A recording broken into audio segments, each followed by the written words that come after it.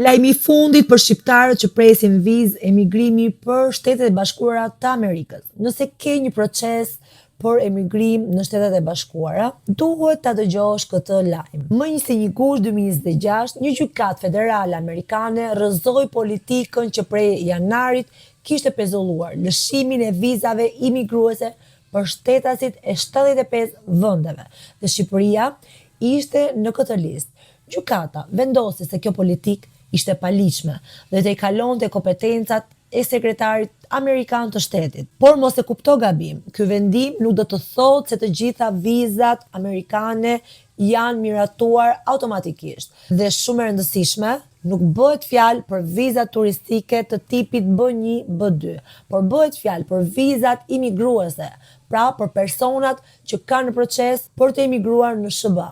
Tani, pritet të shohim se si Departamenti Amerikan i Shtetit do të zbatoj vendimin e gjykatës dhe çfarë do të ndodh me dosjet që kanë mbetur të pezulluara.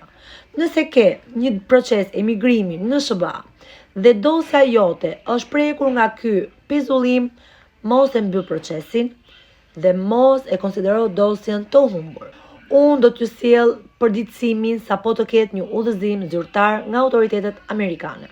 Prandaj, ruaj këtë video dhe dërgoja dikujt që pret vizë emigrimi për SBA, gjithashtu ndiq faqen time për përditësimet e fundit.